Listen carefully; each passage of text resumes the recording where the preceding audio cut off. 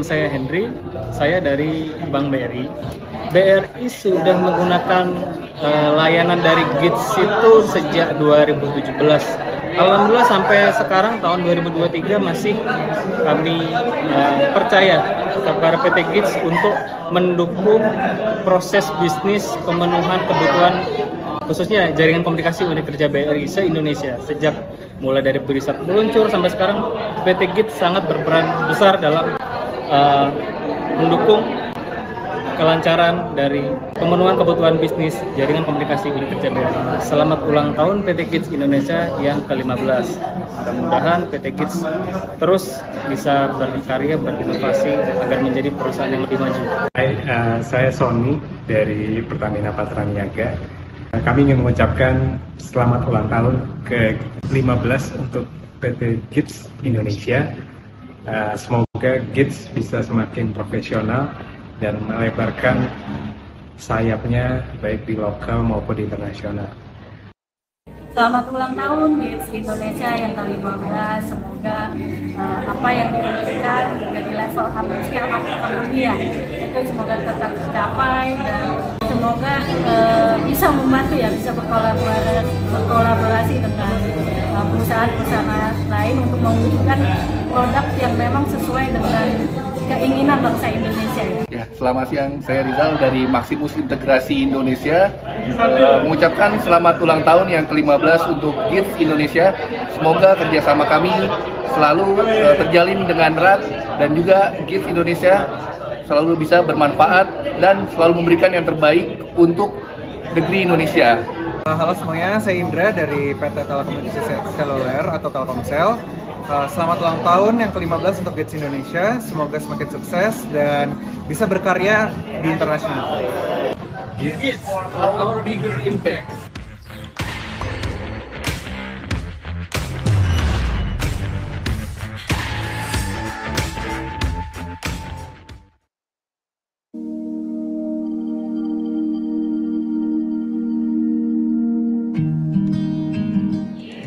Kami PT GITS Indonesia, atau juga disebut GITS.id. Kami berdiri tahun 2008, di mana kami memulai dengan sebuah misi. Kami ingin mengembangkan sebuah teknologi yang bisa memudahkan banyak orang. Karenanya kami memilih aplikasi mobile waktu itu. Kami memilih mobile karena kami melihat bahwa pengguna mobile itu paling banyak, dan mobile adalah tools paling personal yang dipegang oleh setiap orang, setiap hari. Misi kami adalah untuk scaling impact through teknologi. Jadi bagaimana menghasilkan impact sebesar-besarnya dengan teknologi yang kami buat. Dan untuk menghasilkan impact yang besar ini tidak hanya cukup dengan teknologi. Diperlukan juga racikan talent dan juga culture yang tepat untuk membuat teknologi yang tepat juga. Di sini kami menyediakan experience yang full untuk klien-klien kami, sehingga mulai dari product discovery, product development, hingga monitoring melalui cloud. Di sini kami tidak hanya berdevelop, tapi kami juga membangun klien-klien kami melalui culture yang tepat. Di dalam product discovery misalnya, kami memiliki metode yang kami sebut discovery and co-creation, atau DCC. Di dalam DCC ini kami melibatkan banyak stakeholder, mulai dari business owner, manager, usernya sendiri, dan teknologinya. Di sini, dengan DCC ini kami bisa membuat teknologi yang paling tepat dan valid, sehingga kita tidak menghabiskan waktu untuk membuat fitur atau aplikasi yang sia-sia yang tidak dipakai oleh user. Kami telah dipercaya oleh puluhan klien, mulai dari multinational company, BUMN, hingga teknologi disruptor yang hypergrowth. Kami telah membangun banyak solusi yang membuat perusahaan tersebut lebih kompetitif. Kami percaya bahwa bisnis kami di GITS.id berkembang bersama customer dan kliennya. Karenanya di setiap proyek dan aplikasi yang kami kembangkan, kami berusaha untuk selalu teknologi tersebut bisa mengembangkan bisnis dari klien-klien kami. Kami juga sangat menghargai mitra jangka panjang. Beberapa di antara klien-klien kami telah bermitra bersama kami lebih dari 5 tahun, bahkan sampai 10 tahun. Karenanya jika Anda mencari mitra jangka panjang yang terpercaya dan bisa membantu bisnis Anda berkembang, maka GITS adalah solusi. Kunci sukses GITS adalah kerja keras, tawakal, kerja smart, dan juga terus belajar. Dengan kita terus belajar, kita akan berusaha untuk beradaptasi terhadap teknologi. Dengan teknologi, kita bisa memberikan kebaikan kepada banyak orang. tidak hanya 1, 2, atau 3, tapi hingga jutaan orang dapat memanfaatkan teknologi untuk memberikan kebaikan. We are eager to spread happiness through technology. Kami memiliki approach atau pendekatan yang sangat user-centric, sehingga di setiap pekerjaan kami memulai dari sudut pandang user untuk mengoptimalkan bagaimana aplikasi kami bisa digunakan secara optimal oleh user kami. Kami juga memiliki talent yang berpengalaman untuk membantu klien-klien kami, dan tentunya kami sangat menghargai transparansi untuk membangun partnership dengan klien-klien kami. Latar belakang tim Kids sangat beragam, tidak hanya berasal dari Bandung atau headquarter kami, tapi tersebar dari berbagai daerah. Dan yang paling penting, kita semua harus dapat menjaga nilai-nilai perusahaan. Kami menyebutnya SIMPLE. S. Solid in solving problem. E. Initiative to innovate. M. Make progress. P. Professional. L. Learn continuously. Dan E. N. User focus. Hingga saat ini kami telah mengembangkan ratusan aplikasi mobile dan solusi di cloud. Dan karena konsistensi ini, kami telah mendapatkan beberapa penghargaan, mulai dari Nokia Developer Champion, Intel Innovator, Google Developer Agency, hingga terakhir kami juga menjadi Google Cloud Partner. Kita tidak bisa sukses tanpa adanya tim yang solid dan juga saling support. Oleh karena itu, kami sangat menghargai kerja keras tim dan selalu mendorong meningkatkan value dan kinerja masing-masing melalui sharing komunitas, berkarya di perusahaan, atau mengikuti acara-acara pelatihan yang ada di luar. Kids terus berusaha belajar dari pengalaman untuk nantinya dapat membantu bisnis Anda berkembang. Yuk kita sama-sama memberikan impact positif kepada jutaan orang melalui teknologi dan juga kultur kerja yang profesional.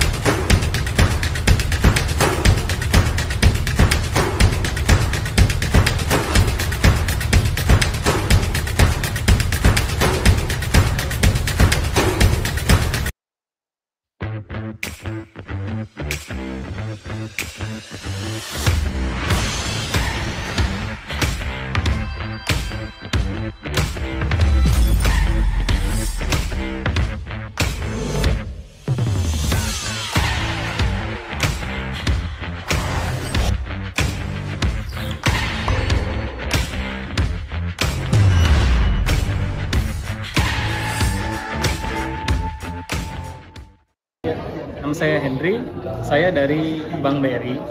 BRI sudah menggunakan layanan dari GITS itu sejak 2017. Alhamdulillah sampai sekarang tahun 2023 masih kami percaya kepada PT GITS untuk mendukung proses bisnis pemenuhan kebutuhan khususnya jaringan komunikasi unit kerja BRI se-Indonesia. Sejak mulai dari riset meluncur sampai sekarang, PT GITS sangat berperan besar dalam mendukung kelancaran dari pemenuhan kebutuhan bisnis jaringan komunikasi unit kerja BRI. Selamat ulang tahun PT GITS Indonesia yang ke-15.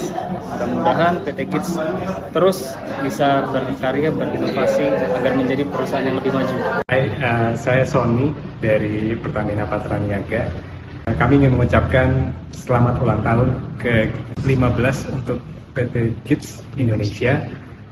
Semoga GITS bisa semakin profesional dan melebarkan sayapnya baik di lokal maupun di internasional. Selamat ulang tahun GITS Indonesia yang ke-15. Semoga apa yang diinginkan menjadi level hampir dunia itu semoga tetap tercapai, dan semoga bisa membantu ya, bisa berkolaborasi dengan perusahaan-perusahaan lain untuk mewujudkan produk yang memang sesuai dengan keinginan bangsa Indonesia. Ya, selamat siang. Saya Rizal dari Maximus Integrasi Indonesia. Mengucapkan selamat ulang tahun yang ke-15 untuk GITS Indonesia. Semoga kerjasama kami selalu terjalin dengan erat dan juga GITS Indonesia selalu bisa bermanfaat dan selalu memberikan yang terbaik untuk negeri Indonesia. Halo semuanya, saya Indra dari PT Telekomunikasi Seluler atau Telkomsel. Selamat ulang tahun yang ke-15 untuk GITS Indonesia. Semoga semakin sukses dan bisa berkarya di internasional. GITS, our bigger impact.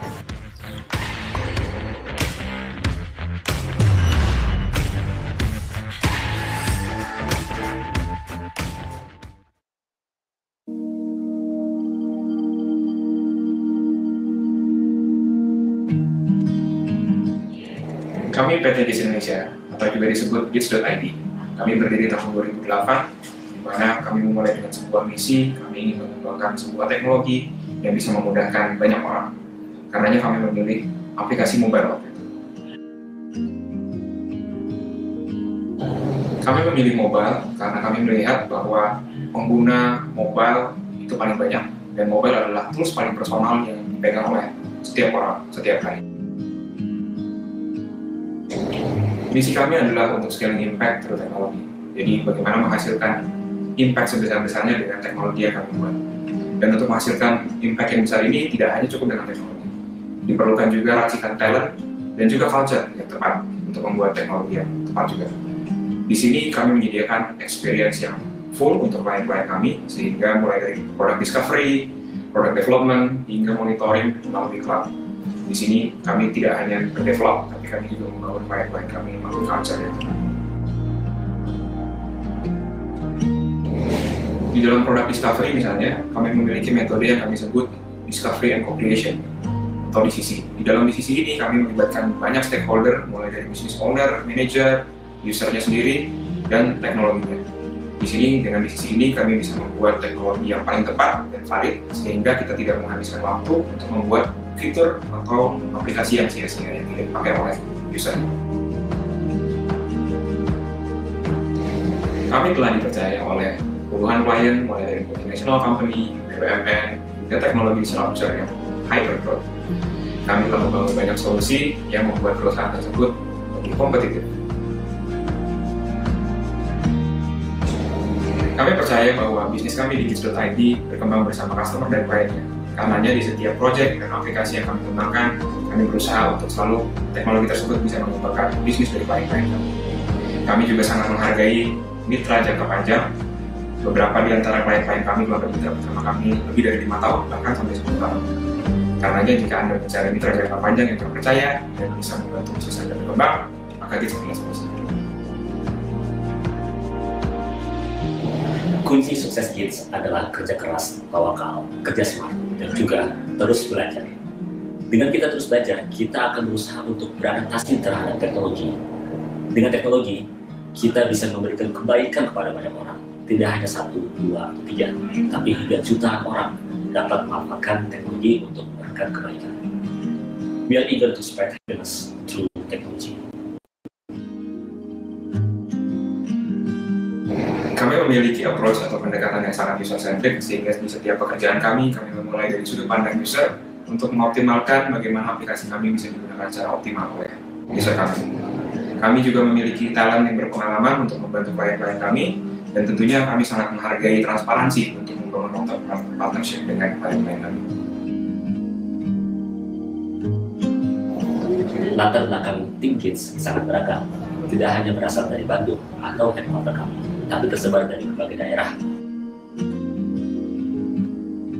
Dan yang paling penting, kita semua harus dapat menjaga nilai-nilai perusahaan. Kami menyebutnya SIMPLE. S, solid in solving problem. I, initiative to innovate. M, make progress. P, professional. L, learn continuously. Dan E, N, user focus. Hingga saat ini kami telah mengembangkan ratusan aplikasi mobile dan solusi cloud. Dan karena konsistensi ini, kami telah mendapatkan beberapa penghargaan, mulai dari Nokia Developer Champion, Intel Innovator, Google Developer Agency, hingga terakhir kami juga menjadi Google Cloud Partner. Kita tidak bisa sukses tanpa adanya tim yang solid dan juga saling support. Oleh karena itu, kami sangat menghargai kerja keras tim dan selalu mendorong meningkatkan value dan kinerja masing-masing melalui sharing komunitas, berkarya di perusahaan, atau mengikuti acara-acara pelatihan yang ada di market. GITS terus berusaha belajar dari pengalaman untuk nantinya dapat membantu bisnis Anda berkembang. Yuk kita sama-sama memberikan impact positif kepada jutaan orang melalui teknologi dan juga kultur kerja yang profesional.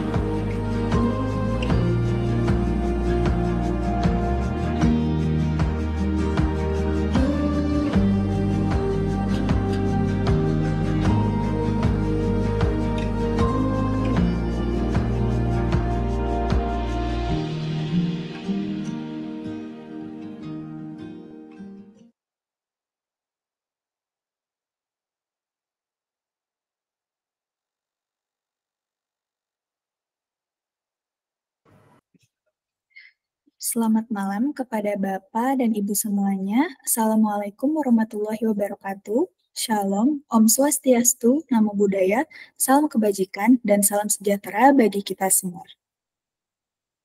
Sebelumnya, saya ingin mengucapkan terima kasih kepada Bapak dan Ibu yang telah meluangkan waktunya malam hari ini untuk hadir di webinar series GITS ID AI for Business. Bagaimana nih kabarnya? Semoga semuanya dalam keadaan sehat walafiat. Sebelumnya kepada Bapak dan Ibu, nanti akan ada sesi dokumentasi dan akan dikirimkan juga untuk virtual background-nya. Selain itu, apabila Bapak dan Ibu akan post atau share kegiatan webinar hari ini, boleh tag Instagram GITS Indonesia atau di LinkedIn GITS Indonesia. Baik. Webinar ini dilaksanakan sebagai bentuk selebrasi 16 tahun GITS ID berkarya dan berinovasi di bidang teknologi informasi secara global. Dengan tagline baru kami, 16 Years of Building Smarter, Better Future Together. Dan GITS ID hadir untuk memberikan impact yang sangat besar kepada klien dan masyarakat. Salah satu langkah kami adalah dengan mengadakan webinar series AI for Business. Dan untuk episode pertama adalah AI Prompting to Analyze Your Performance dengan speaker CEO dari GITS ID itu sendiri, Mas Hafiz Akmal, dan CIO GITS ID, Mas Hendy Yanwar. Baik, untuk agenda kita hari ini, yang pertama kita akan menerima sambutan dari CEO GITS ID, lalu akan ada pemaparan materi oleh speaker CIO GITS ID, lalu akan ada sesi tanya jawab, dan diakhiri dengan closing yang berisi eksklusif offer untuk Bapak dan Ibu semuanya. Dan bersama saya, pemandu acara Elma Putri Cahyarini di acara GITS ID Webinar Series AI for Business. Baik, untuk memulai agenda kita, saya persilakan kepada Mas Hafiz selaku CEO GITS ID untuk memberikan kata sambutannya dan juga memberikan introduction kepada Bapak dan Ibu semua di sini mengenai AI prompting. Kepada Mas Hafiz, saya persilahkan. Baik, terima kasih Mbak Elma. Oke, rekan-rekan semua, Bapak Ibu semua, merupakan suatu kehormatan bagi kami untuk menyambut rekan-rekan Bapak Ibu semua dalam webinar hari ini ya, yang bertajuk AI for Business, AI Prompting to Analyze Performance. Atas nama seluruh tim GITS Indonesia, saya ingin mengucapkan terima kasih kepada rekan-rekan yang telah meluangkan waktu untuk bergabung bersama kami malam ini.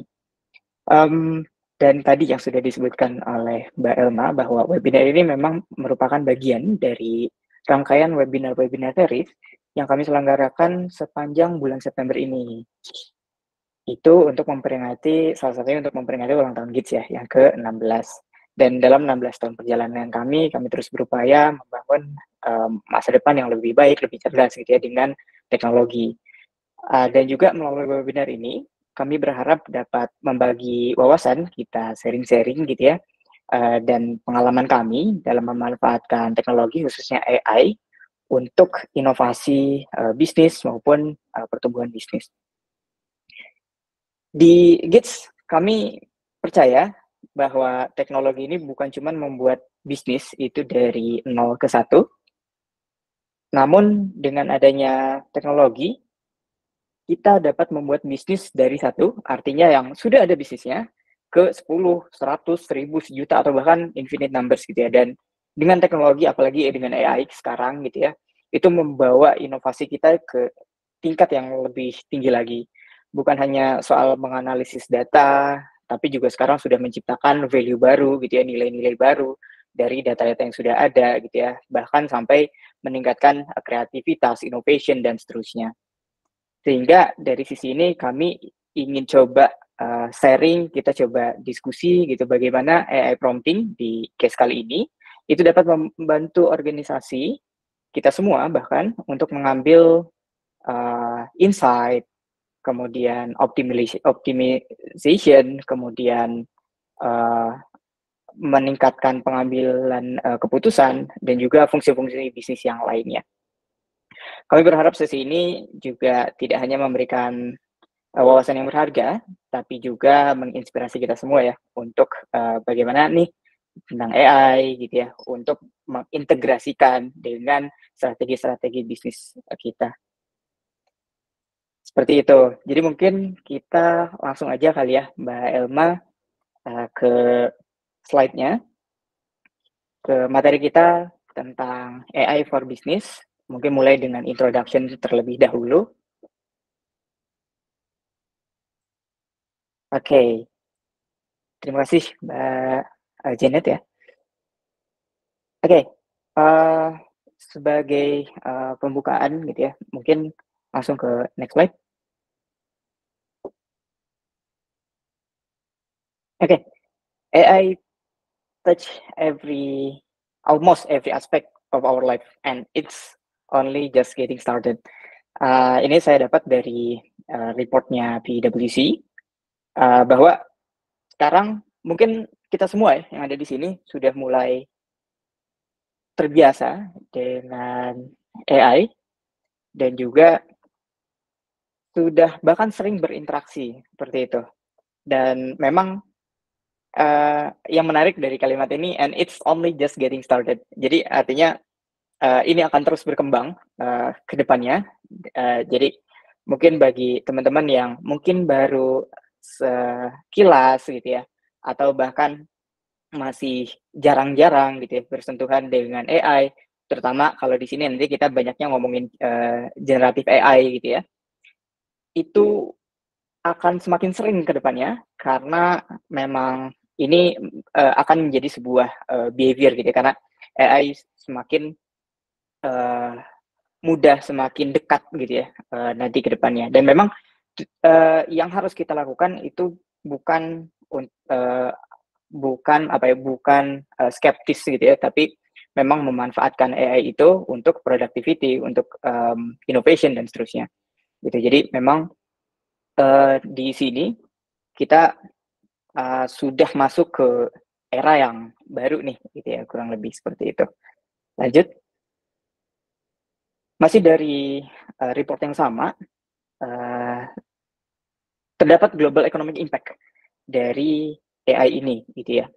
Apalagi diprediksi bahwa di 2030 itu GDP itu akan meningkat 14% dikarenakan AI teknologi, gitu ya, atau 15 trillion dollars to global economic gitu. Dan apa saja yang mempengaruhi kenaikan tersebut gitu ya. Jadi salah 3 diantaranya itu, yang pertama karena automation. Jadi nanti akan semakin automate, entah itu workflow kita, entah itu bisnis proses kita, dan daily works kita gitu ya. Jadi entah itu nanti akan ada robotik dan lain sebagainya. Kemudian augmentation. Jadi AI itu akan augment atau membantu ya human workers untuk mengenhance productivity. Dan yang ketiga itu personalization tentunya, karena dengan AI kita juga akan lebih personal gitu ya. Artinya tas-tas itu bisa lebih personal, atau AI akan lebih memberikan gambaran personal atau tas personal bagi kita gitu ya. Entah itu sebagai customer, entah itu sebagai worker dan seterusnya. Gitu. Jadi dengan adanya AI itu nantinya akan lebih terotomasi, nantinya akan lebih kita terbantu gitu ya sehari-harinya, dan juga lebih personalize ke kita sebagai pengguna AI gitu. Jadi memang AI ini akan menjadi alat bantu gitu ya ke depannya, dan memang harus jadi alat bantu, artinya kita yang harus mendrive AI itu sendiri gitu untuk meningkatkan productivity kita. Oke, lanjut. Nah, sebelum kita masuk ke Gen AI gitu ya, kita coba lihat dulu bahwa perkembangan AI itu tidak langsung tiba-tiba ke Gen AI gitu ya, atau yang kita kenal dengan sekarang itu kayak ChatGPT, ada Gemini atau Microsoft Copilot dan seterusnya, tidak langsung ke situ, tapi memang ada historinya. Bahkan dari mungkin kita juga udah tahu ya, bahkan dari awal itu Alan Turing waktu bikin mesin pertama gitu ya, atau komputer pertama, cikal bakal dari komputer pertama itu juga udah menggunakan konsep-konsep dari artificial intelligence itu sendiri, walaupun kalimat artificial intelligence itu baru ada pada tahun 1956. Artinya AI sendiri itu sudah lama gitu ya. Ini tuh sudah jadi barang lama, atau sudah jadi kata lama gitu ya, atau kalimat lama yang memang terus dikembangkan. Nah, walaupun memang di akhir-akhir ini muncullah produk baru AI yang bernama generatif AI gitu ya. Lanjut. Nah, jadi apa itu generatif AI?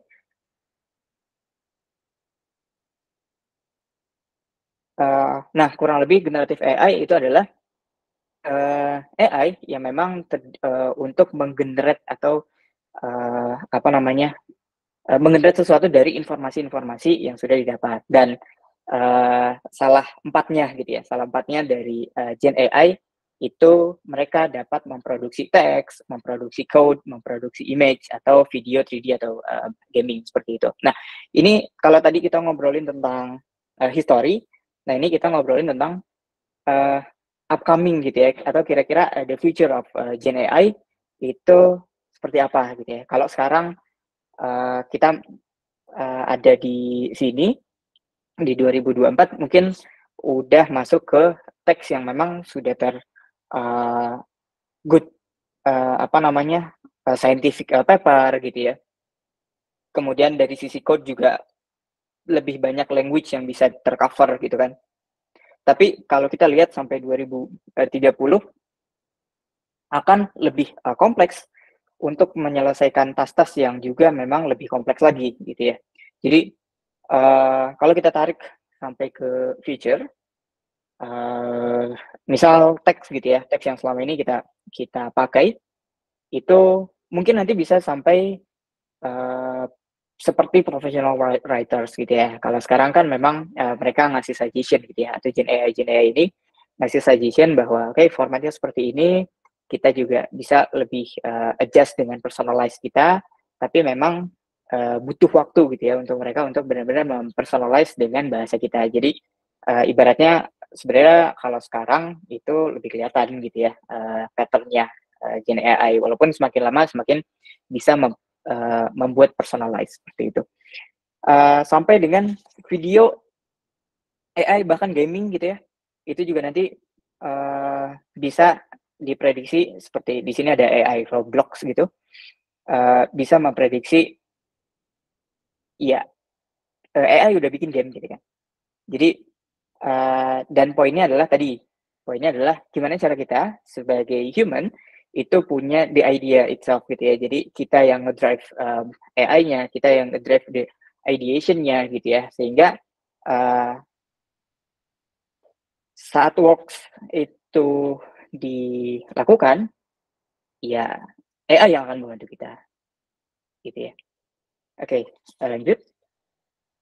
Nah,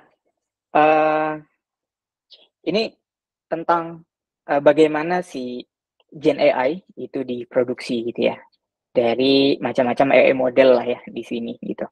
Jadi kenapa ChatGPT bisa seperti sekarang gitu ya, kenapa Gemini juga bisa seperti sekarang gitu ya, karena memang mereka istilahnya di train ya, di training dengan begitu banyak data gitu ya. Jadi di bawah itu training compute.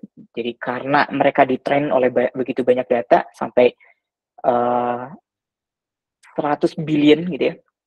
100 billion data, 100 miliar data, maka mereka lebih tanda kutip pintar gitu ya, atau lebih banyak atau sedikit banyak mengikuti behavior-nya manusia, karena memang mereka di trainingnya dengan banyak data. Tapi juga dengan banyak data tentunya juga cost akan semakin tinggi seperti itu. Jadi mungkin teman-teman juga, rekan-rekan di sini tidak heran gitu ya bahwa tools AI untuk sekarang memiliki cost yang cukup besar ya, seperti itu, karena memang bentukannya seperti ini gitu ya. Oke, lanjut. Nah, ini dua model yang populer gitu ya. Sehingga tadi tadi kan ada 100 billion data, kemudian dari sana itu menjadi model-model gitu ya, yang kita kenal sekarang multimodal gitu ya. Bukan cuman teks, tapi juga ada audio, ada video, task management bahkan gitu ya, dan seterusnya. Jadi banyak sekali, karena memang datanya juga makin banyak ya, di-train, dan outputnya juga semakin bervariasi gitu. Jadi bukan cuman teks tadi gitu ya, ada code, bahkan ada gaming. Itu juga karena memang datanya yang luar biasa banyak, diproses oleh prosesor yang luar biasa luar biasa canggih gitu ya, atau luar biasa cepat seperti itu. Dan memang AI sekarang itu mostly masih running di cloud gitu ya, karena belum dari hardware-nya sendiri tadi, karena investment-nya besar. Nah, investment besar itu salah satunya di hardware. Ada Nvidia ya, yang kita kenal sekarang yang paling besar. Itu adalah mesin, sehingga hardware itu belum bisa catch up, atau hardware yang sekarang kita punya belum bisa catch up dengan hardware yang sudah ada di yang sudah di setup gitu ya oleh Gemini ataupun OpenAI, seperti itu. Lanjut. Nah, sekarang kita coba sedikit intro gitu ya ke AI prompting. Apa itu AI prompting? Jadi pada dasarnya AI prompting itu memiliki tiga flow seperti ini gitu ya. Yang pertama input. Jadi di input itu biasanya ada pertanyaan, pernyataan gitu ya, atau perintah gitu kan. Atau bisa juga berbentuk task atau berbentuk dokumen gitu ya. Kemudian ada proses. Nah, proses di sini itu yang akan dilakukan oleh model AI gitu ya, atau pekerjaan yang akan dilakukan oleh model AI. Jadi di dalamnya, walaupun kita biasanya di user tidak terlihat gitu ya, di dalamnya itu ada algoritma yang sudah terlatih gitu ya, atau tadi ya ada training ya, dihasilkan dari training yang sudah diberikan gitu ya kepada model AI. Ada neural network juga di dalamnya, dan juga respon generator.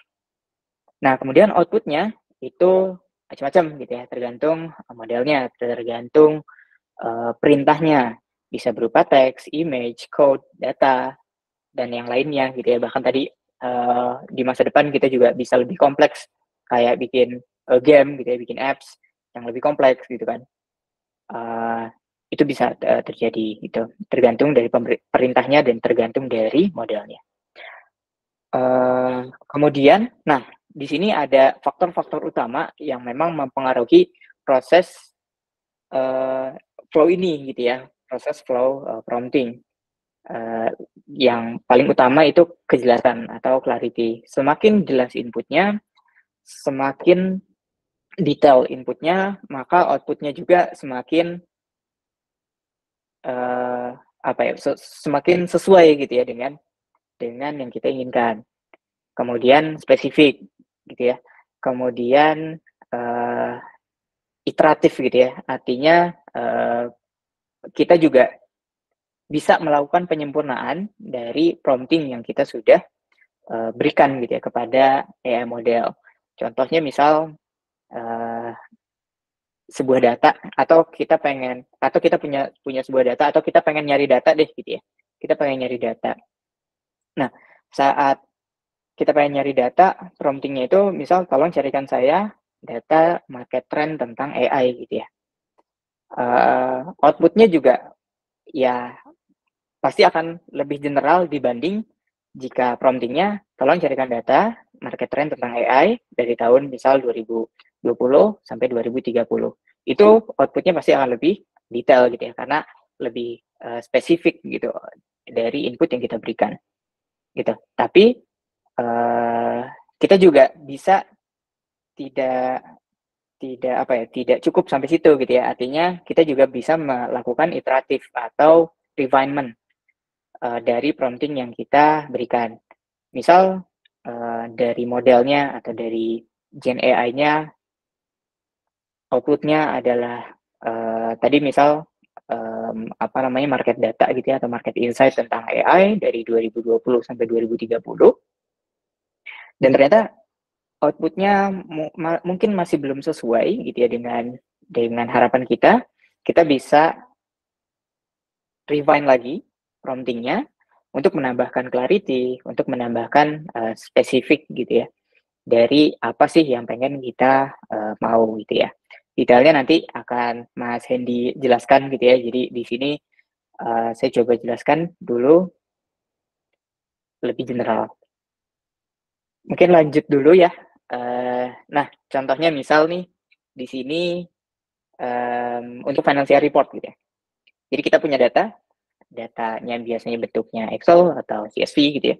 Kemudian kita lempar ke model atau upload ke model, bisa itu ChatGPT atau Gemini. Kemudian prompt-nya misal seperti ini gitu ya, generate a financial report summary for quarter 2 2024 based on following data: revenue, expense, profit margin, and cash flow gitu ya. Misal ini yang kita prompt. Kemudian dari modelnya dia akan melakukan proses gitu ya tadi ya. Dia akan melakukan proses, jadi dia akan melakukan ekstraksi data dari data source yang kita berikan. Kemudian dia akan transform data tersebut gitu ya ke dalam algoritma, dan juga dia tentunya akan proses data-datanya. Kemudian dia akan load response seperti itu. Nah, kemudian data yang keluar gitu ya, output dari model itu akan seperti ini gitu ya. Walaupun biasanya setiap iterasi beda-beda gitu ya, tapi kurang lebih nanti datanya akan seperti ini gitu ya untuk outputnya dari si model AI-nya atau Gen AI-nya. Misal kayak ada metrik gitu ya, revenue gitu, Q1, Q2, terus percentage of change gitu kan. Atau bahkan kita juga bisa membuat table gitu ya. Tadi balik lagi, model respons yang ada di sini itu tergantung dari kita promptingnya seperti apa, kejelasannya seperti apa. Kita juga bisa mendetailkan lagi gitu ya, untuk lebih spesifik, untuk lebih clear dan seterusnya gitu. Jadi misal kalau kita pengen membuat table, berarti di prompt-nya juga bisa kita tambahkan create table for the output misal gitu ya, atau create graph for the output dan seterusnya gitu. Jadi itu bisa kita sesuaikan tergantung dengan kebutuhan kita, maka saat kita tahu kebutuhannya apa, kita tambahkan ke promptingnya. Kurang lebih seperti itu, karena model yang ada sekarang itu memang semuanya based on prompting ya. Semakin clear prompting kita, semakin baik juga, atau semakin sesuai lah ekspektasi kita dengan outputnya. Lanjut. Nah, contoh yang lainnya misal gitu ya. Contoh yang lainnya misal di sini adalah personalized development. Ini misal di human capital. Ini kami ada mock up gitu ya. Di sini kurang lebih promptingnya adalah atau kurang lebih datanya gitu ya. Ada nama jabatan, kemudian jenis analisis, ada kebutuhan pelatihan gitu ya, priority kebutuhan, sumber daya yang tersedia. Lalu kemudian di belakangnya itu terdapat prompting, berikan analisis kebutuhan pelatihan untuk role tersebut misal gitu ya. Nah, maka dengan itu outputnya bisa seperti ini gitu ya. Dan ini juga thank you gitu ya buat teman-teman di GITS yang sudah merealisasikan ini, dan kurang lebih outputnya jadi kayak gini gitu ya. Dan ini juga balik lagi output yang dikeluarkan di sini itu juga tergantung dari prompting yang di input di awal, sehingga tadi semakin detail, semakin clear, akan semakin jelas juga outputnya atau semakin sesuai dengan ekspektasi kita gitu. Nah, ini salah satu contoh prompting yang bisa kita gunakan untuk performance analysis tadi gitu ya. Jadi misal kita udah punya data karyawan, kita pengen mengenhance karyawan-karyawan, itu kurang lebih data-data promptingnya kita bisa lakukan seperti ini gitu. Dan ini sifatnya kita sudah membuat mockup-nya gitu ya. Artinya sudah membuat mockup apps yang isinya itu prompting apps seperti itu. Sehingga di sini kita bisa outputnya ya seperti ini gitu ya. Ada kesenjangan kinerjanya, role ini tuh apa aja sih kesenjangannya gitu ya, atau gap analysis ya di awal. Kemudian ada kebutuhan rekomendasi, kebutuhan pelatihan gitu ya misal. Kebutuhan pelatihannya apa aja nih gitu ya. Semakin banyak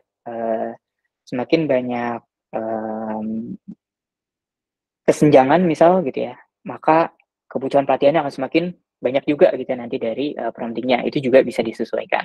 Kemudian rekomendasi, action plan atau rekomendasi pelatihan yang harus dilakukan kepada role tersebut misal gitu ya. Nah, ini bisa kita lakukan di dalam prompting itu sendiri, dan model yang sekarang itu sudah capable untuk melakukan ini gitu ya, dari input dan juga outputnya, karena prosesnya sudah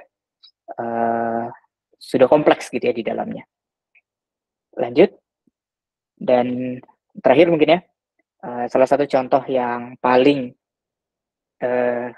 biasanya paling familiar gitu ya di kita adalah chatbot gitu ya.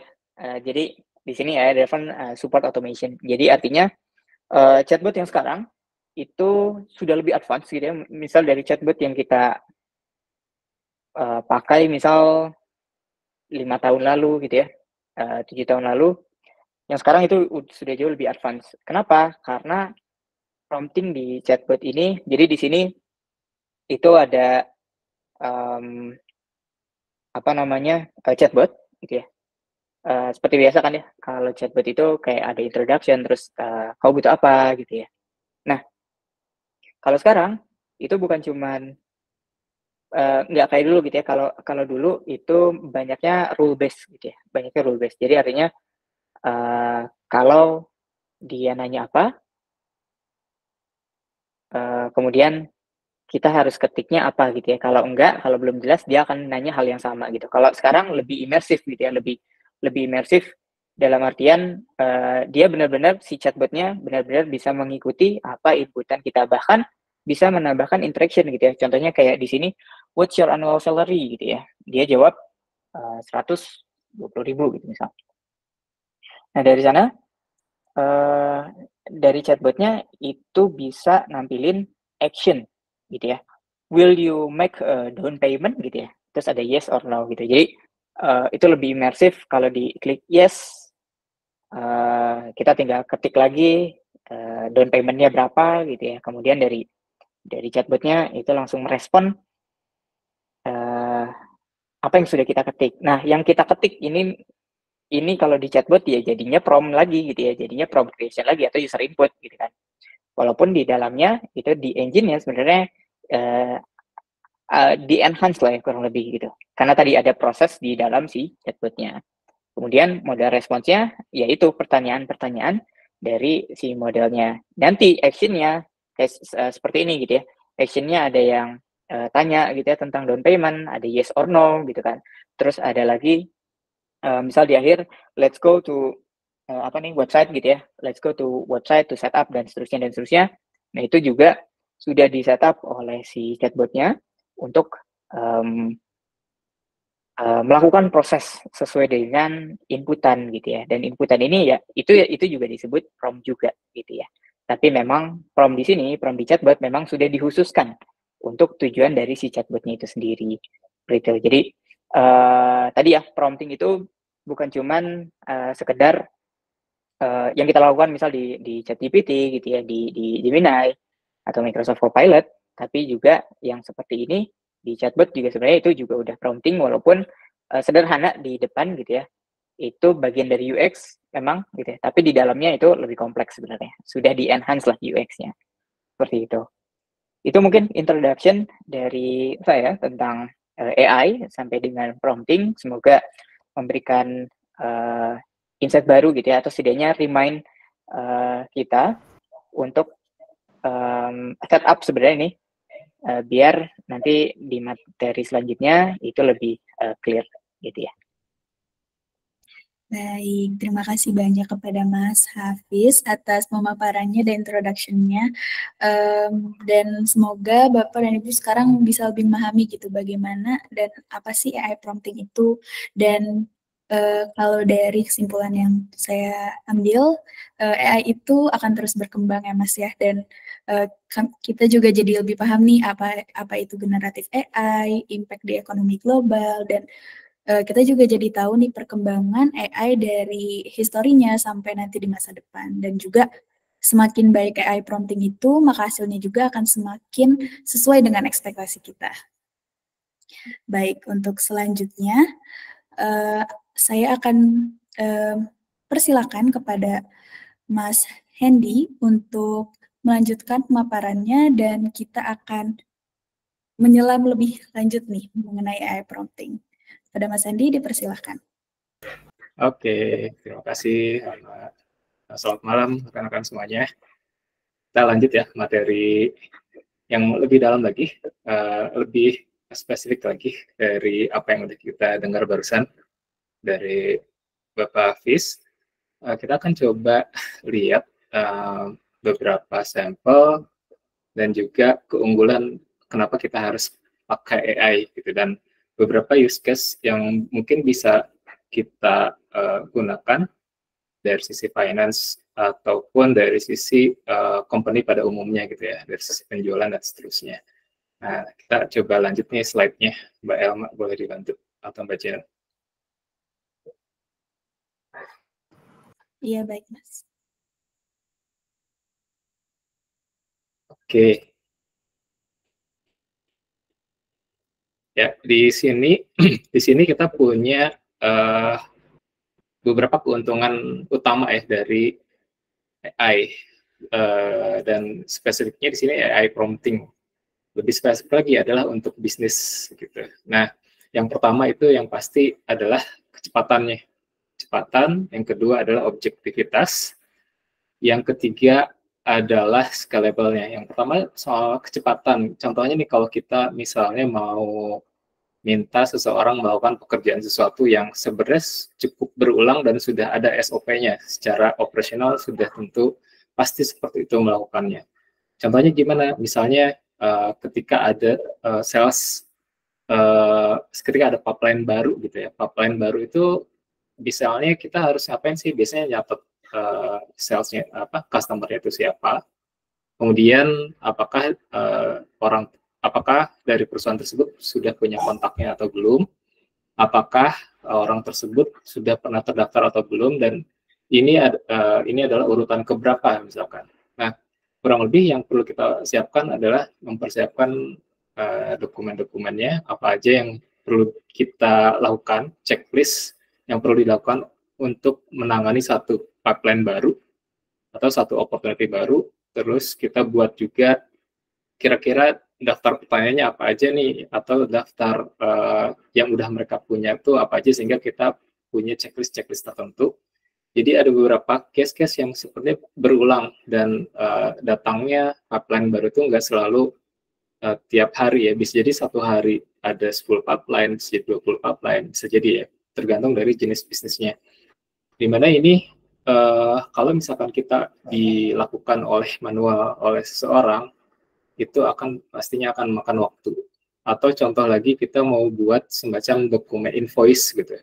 Apakah dokumen invoice itu harus kita buatnya secara manual gitu, kita ngitung dulu, nyari dulu penggunaan pemakaiannya itu berapa, di tanggal sekian harus nagih berapa lama, berapa banyak dan berapa besar gitu ya ininya tagihan dari seluruh totalnya.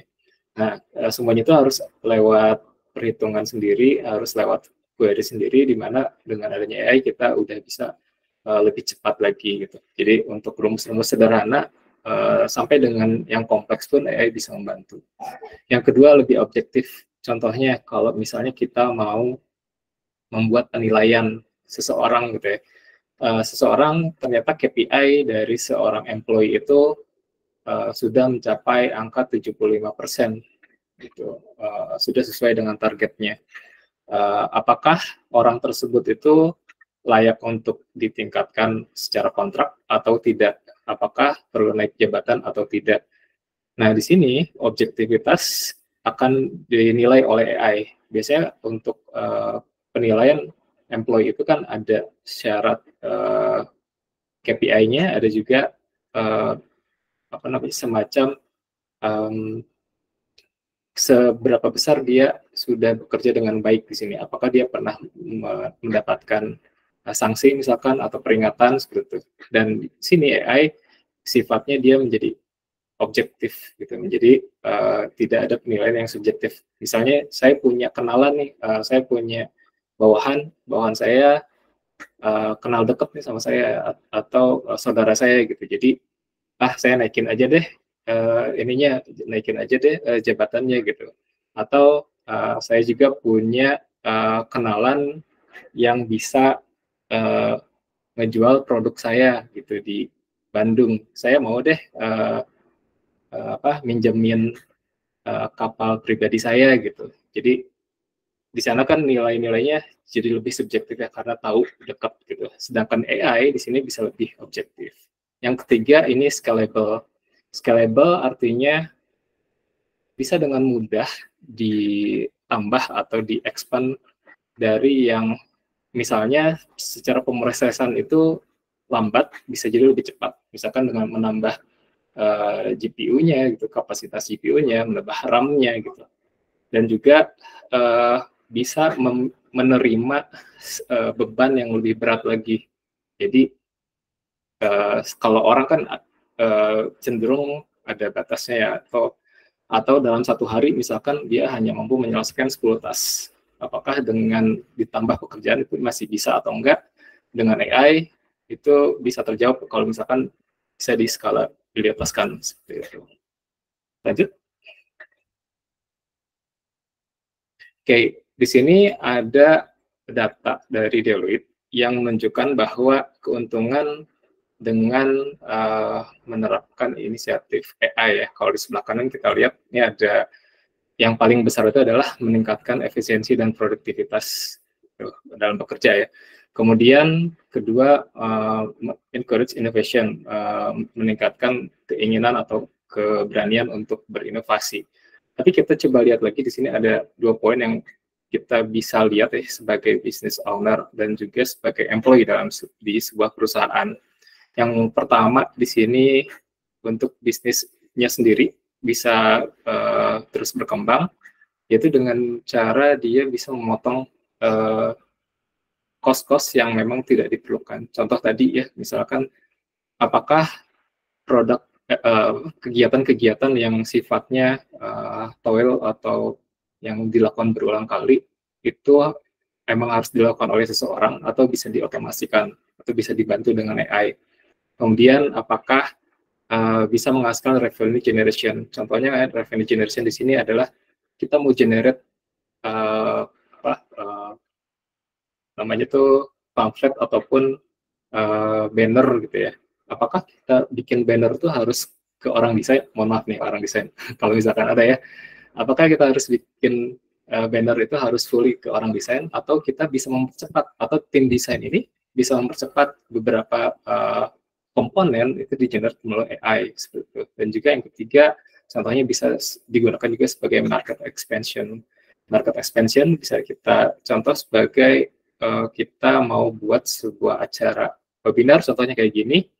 Gimana caranya kita mau bisa kita undang ke orang-orang yang tepat gitu, sehingga nanti kita bisa melakukan atau menyebarkan undangan agar tepat sasaran. Di belakangnya misalkan kita pakai Meta advertisement atau Google Ads ya, Google Ads itu bisa sesuai dengan profil dari siapa penggunanya. Kemudian dari si employee juga sama. Ini ada produktivitas, meningkatkan produktivitas. Ini sama ya yang di sebelah kanan. Terus ada increase innovation atau yang di sebelah kanan juga. Yang poin kedua encourage innovation. Dan yang ketiga adalah talent retention strategies. Jadi untuk mengurangi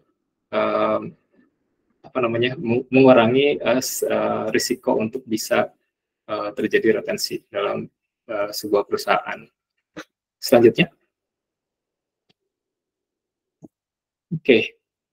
Di sini contoh case study dari N-Financial. N-Financial sebuah perusahaan afiliasi dari N Group ya, atau di sini kalau teman-teman tahu Alibaba, mungkin di Cina itu ada namanya N-Financial. N-Financial sebenarnya di sini saya kasih contoh sebagai perusahaan yang mengadopsi AI, gitu. Dimana yang sebelah kiri ini sebenarnya mereka itu salah satu produknya menawarkan pinjaman, gitu. Nah, cara pinjaman itu biasanya tahapannya cukup panjang. Yang sebelah kiri ketemu siapa peminjamnya, kita ketemu ke bank gitu misalkan, terus kita harus ngirimin dokumentasi, terus bikin surat lamaran atau surat pinjaman gitu, dan harus sampai dengan tahapan approval itu harus dibolak-balik gitu ya, atau harus benar-benar dicek gitu apakah benar atau enggak. Ini mereka berdiri tahun 2014, jadi agak sedikit berbeda dengan yang terjadi sekarang gitu ya. Kalau sekarang kan banyak tuh pinjol ya, jadi jangan ditiru atau jangan dicoba-coba. Kita coba pakai, kita ambil contoh dengan penerapan AI-nya gitu. Nah, sebenarnya di Cina di sini karena mereka udah punya semacam social score, namanya CCM score, yang ada di Alipay. Jadi kita tuh bisa ngelihat seberapa besar seseorang itu punya nilai atau indeks atau nilai seseorang itu boleh melakukan pinjaman gitu, dan seberapa mampu dia akan bisa mengembalikan pinjamannya. Nah, di sini contohnya ada sekitar 583. Apakah warna kuning atau orange ini boleh melakukan pinjaman atau tidak? Ini tentunya ada algoritma di belakangnya. Tapi yang pasti di sini ada beberapa hal yang dicek. Pertama adalah keaslian dari seseorang, data seseorang, dan juga informasi tersebut didapat dari kumpulan big data. Nah, ini bagusnya di Cina itu udah terdaftar ya semua orang, dan bahkan di beberapa negara maju lainnya itu pemilu pun kita nggak harus benar-benar datang gitu ke tempat fisiknya gitu. Dan secara umum kalau misalkan kita lihat di bagian bawah ini prompt yang bisa jadi kita sederhanakan ya. Dengan adanya skor 583 di sini, kita cukup tanya ke sistem apakah orang ini dengan parameter siapa namanya, skornya berapa, apakah datanya sudah lengkap atau belum, layak mendapatkan modal pinjaman, untuk pinjaman atau usaha gitu. Jawabannya kan antara ya dan tidak gitu ya. Kalau iya berarti kita bisa dapat penjelasannya seperti apa, tidak penjelasannya seperti apa. Nah, kurang lebih di sini N-Financial mulai menerapkan di tahun 2014. Sekarang juga di Indonesia udah banyak ya contoh-contoh lainnya. Next.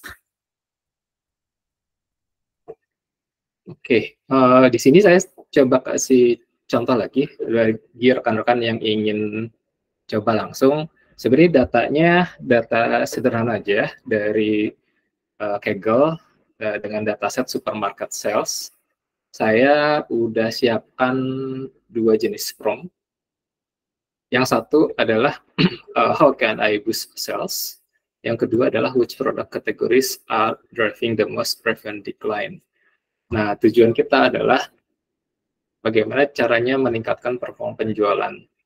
Nah, bagi teman-teman yang mencoba, silakan bisa di scan QR-nya atau boleh dicek di chat ya. Saya coba chat di sini. Sampelnya. Kalau enggak saya akan tunjukin beberapa pre-answer yang saya coba sebelum webinar ini mulai. Saya sambil share screen ya Mbak Janet ya.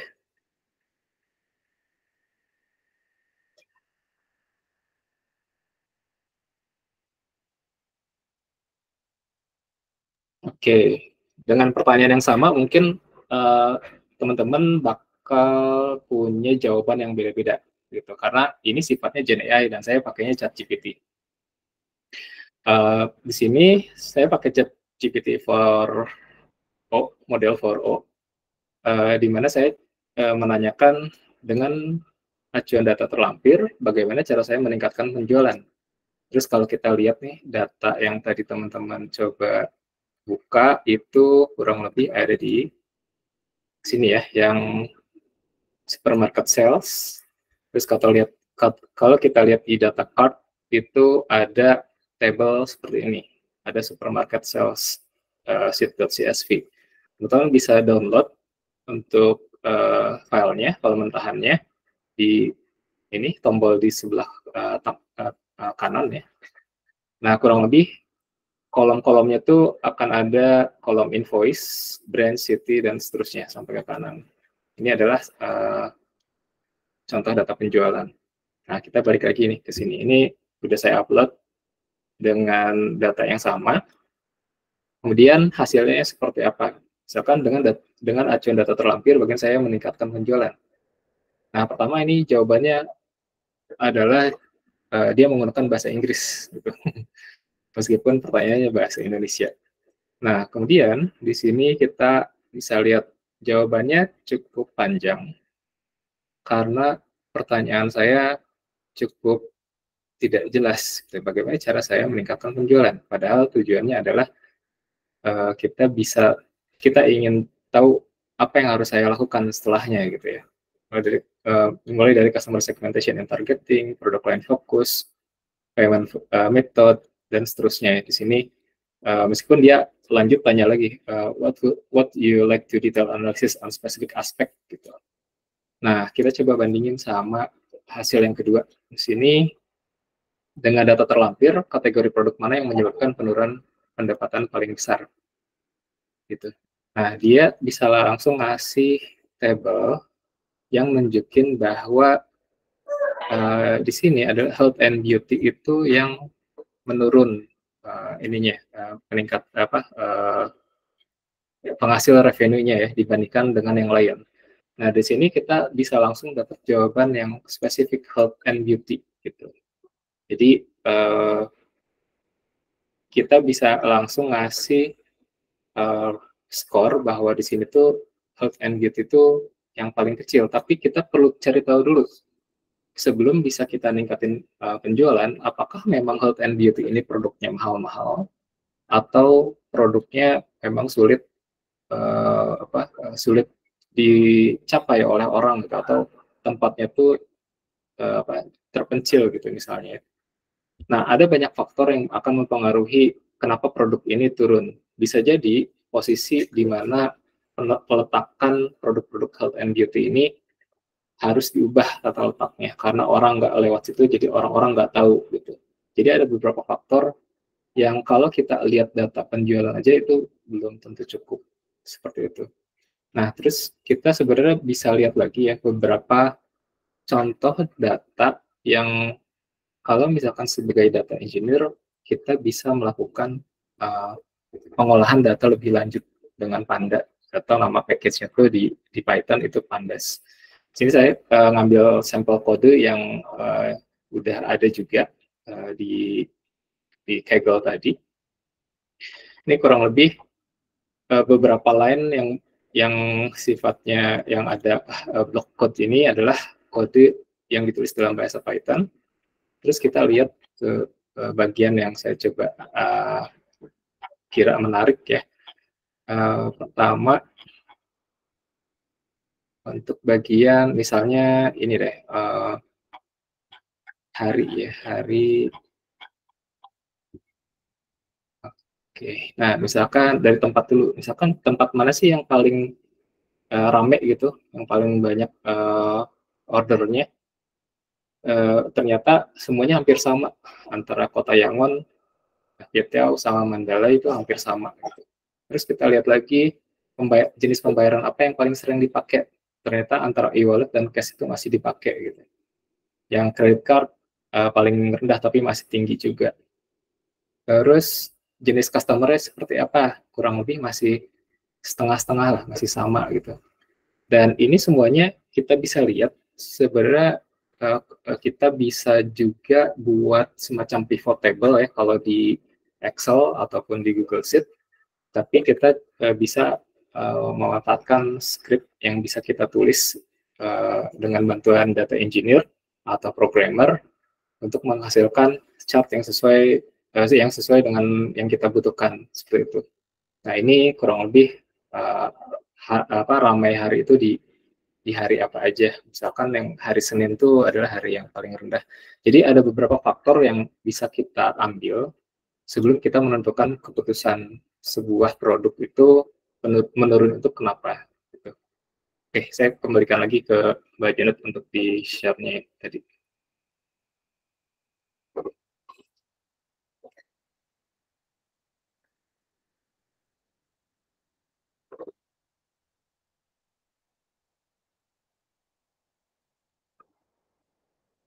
Oke, kita lanjut ke slide selanjutnya.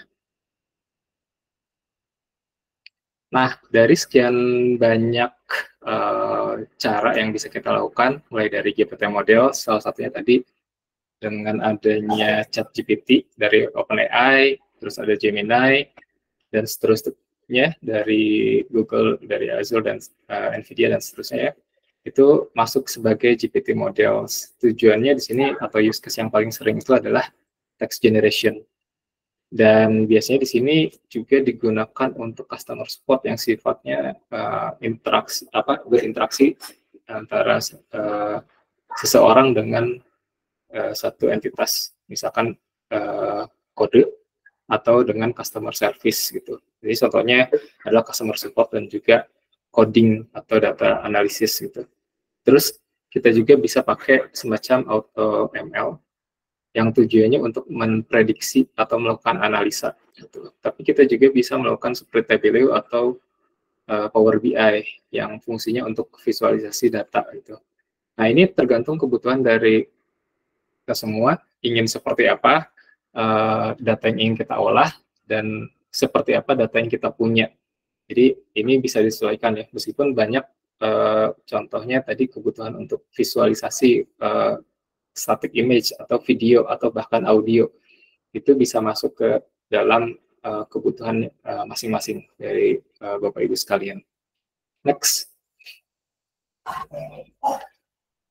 Oke, selanjutnya sebenarnya di sini ada juga yang sifatnya AI itu perlu diimprove atau selalu diimprove ya. Kalau tadi kita lihat riwayat dari AI itu kapan sih, dari 1950 gitu sampai dengan 2024 seperti apa sih, dan mulai 2018 itu udah ada GPT-1. Sekarang 2024 udah ada GPT-4o untuk OpenAI, di mana salah satu yang menjadi pembeda dengan Gemini itu adanya memori ya. Yang memori saat ini di Gemini itu masih hidden ya, meskipun menurut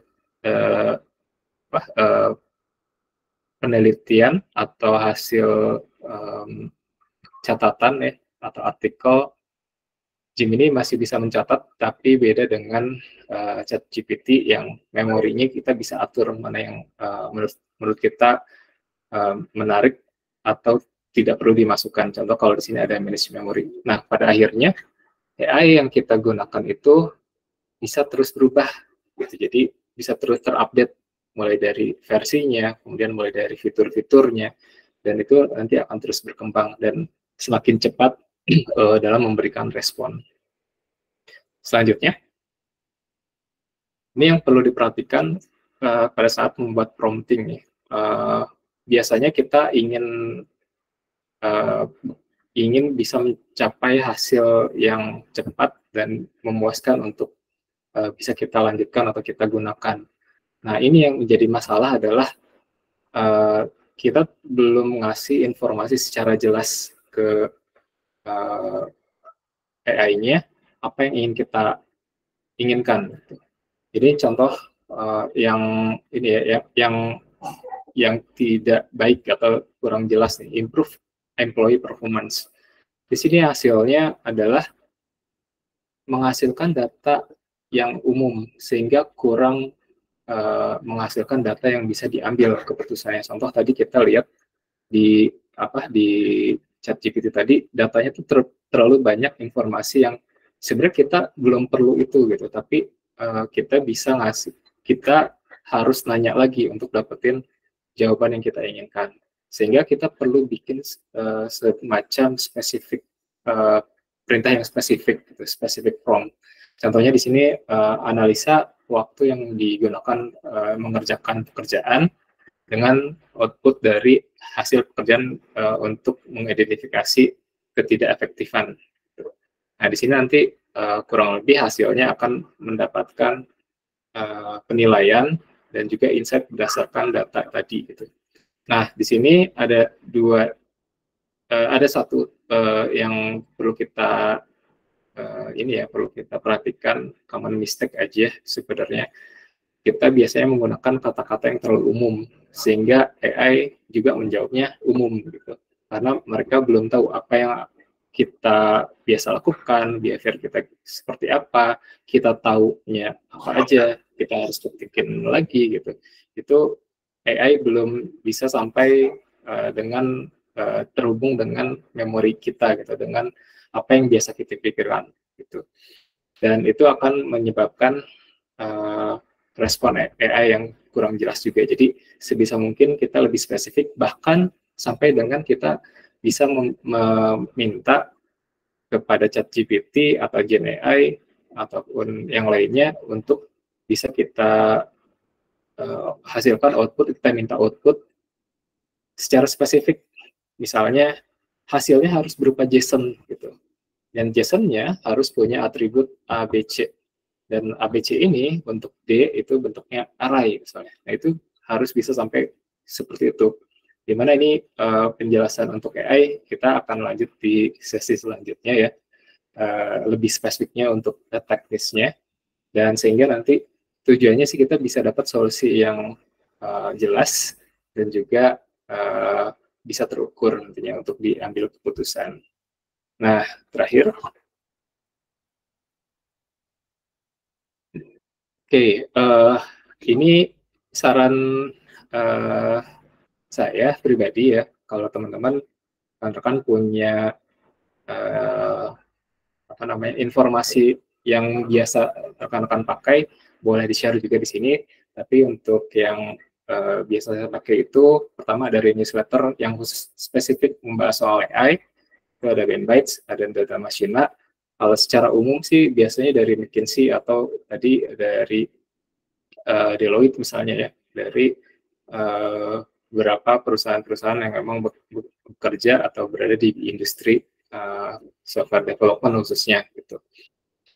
Dan juga ikuti juga komunitas atau forum seperti Kaggle tadi supaya kita tahu dataset apa aja misalkan, atau ada AI apa aja sekarang yang bisa kita pakai, ada model terbaru apa aja yang bisa kita gunakan. Dan ini data-data yang ada di sini atau model-model yang ada di forum dan komunitas ini biasanya free atau open source gitu ya. Jadi bisa kita manfaatkan. Kemudian yang ketiga, coba gabung dengan grup LinkedIn.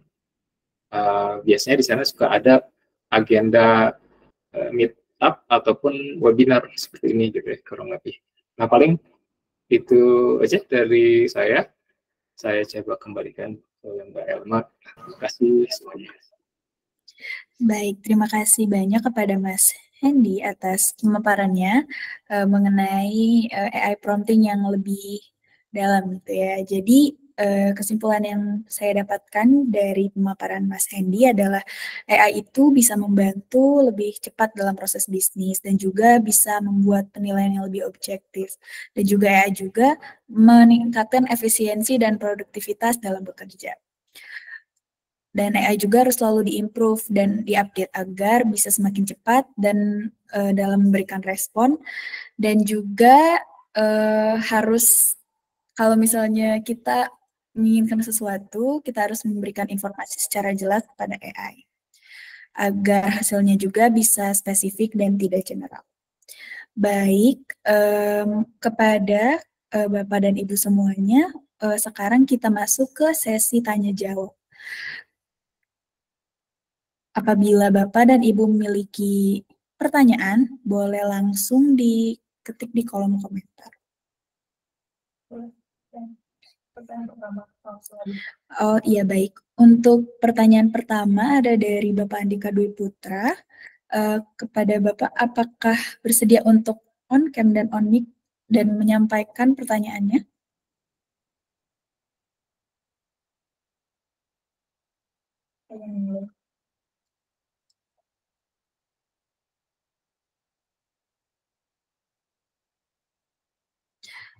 Baik, kalau begitu saya bacakan untuk pertanyaan dari Bapak Andika.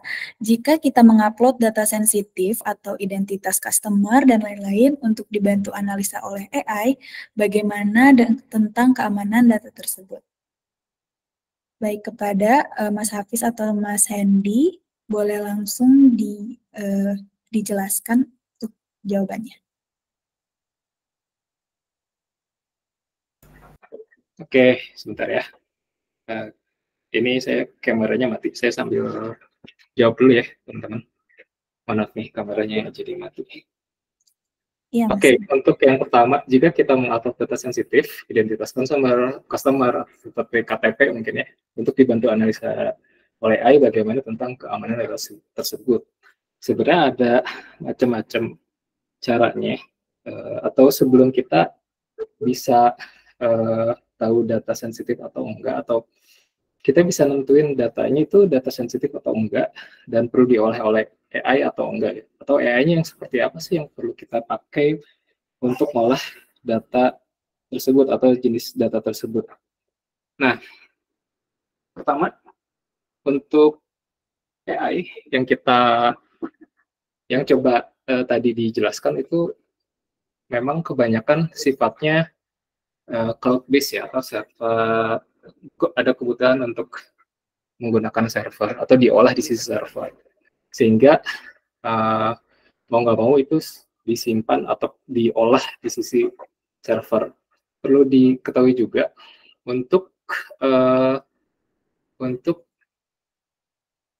service atau layanan seperti Google Cloud gitu contohnya, mereka sudah comply dengan GDPR, jadi sudah comply dengan ketentuan yang berkaitan dengan hak konsumen gitu, atau dengan kalau di Indonesia itu dengan PDP, pelindungan data pribadi. Nah, di sini sebenarnya perlu pertama dari sisi penyedia layanan itu harus secara jelas, secara disebutkan bahwa sebelum dia melakukan upload data, user ini harus setuju dengan apa yang akan mereka lakukan terhadap sistem ini. Gitu. Jadi misalkan ini contohnya aplikasi finansial gitu ya, mereka harus upload KTP atau foto KTP sambil dipegang gitu. Nah, itu harus ada ketentuannya dulu, harus ada checklistnya dulu. Jadi harus ada GDP. Terus gimana? Terus kalau misalkan kita emang harus simpan datanya, disimpannya di mana? Disimpannya apakah memang benar kita harus disimpan di storage kita atau enggak? Ketika harus disimpan di storage kita, pastikan enkripsinya itu diaktifkan, sehingga enkripsi di sini bisa jadi enkripsi yang sifatnya data encryption atau enkripsi dari sisi pengaksesan datanya itu seperti apa. Jadi keamanan data ini balik lagi untuk apa penggunaannya. kalau misalkan memang harus kita simpan, itu harus diberitahu kepada konsumen data tersebut akan kita simpan dan digunakan untuk apa saja di dalamnya, untuk verifikasi. Kalau misalkan kita butuh aplikasi yang tujuannya hanya untuk membaca aja, bisa jadi kita hanya pakai sistem yang cukup baca data aja untuk mempermudah user input gitu ya. Jadi kebutuhannya OCR tapi nggak perlu diolah di sisi server gitu. Nah, jadi ini balik lagi ke penggunaan model. Penggunaan model ini yang belum dibahas di sesi ini adalah penggunaan model yang dilakukan secara offline, atau biasanya modelnya itu kita beri nama Tensor, salah satunya ya servisnya TensorFlow Lite, di mana itu bisa kita simpan di dalam device. Yang jadi kendala adalah apakah device tersebut mampu untuk menjalankan pemrosesan secara cepat, karena mulai dari device Android aja itu udah banyak spesifikasinya. Kemudian dari sisi misalkan Apple pun prosesornya udah beda-beda ya, dari tahun ke tahun tuh udah beda-beda gitu. Nah, yang pasti di sini akan ada plus and minusnya, pros and cons-nya. Apakah kita perlu nyimpen data tersebut atau enggak. Tapi yang pasti sebagai penyedia layanan kita harus comply atau patuh terhadap hukum yang berlaku seperti itu. Gitu, mungkin dari Mas Hafiz atau Pak Andika barangkali ingin ada lanjutan pertanyaan. Silakan. Baik, terima kasih banyak atas jawabannya, Mas Hendy. Kepada Pak Andika, apakah sudah jelas untuk jawabannya? Apakah sudah terjawab?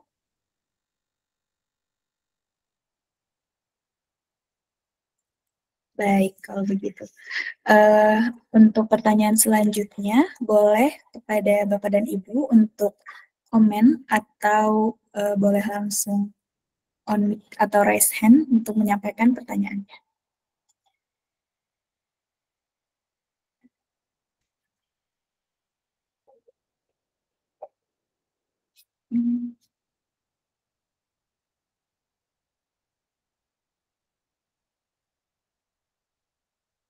Apabila sudah tidak ada pertanyaan, maka saya akan melanjutkan ke sesi berikutnya, yaitu ada exclusive offer.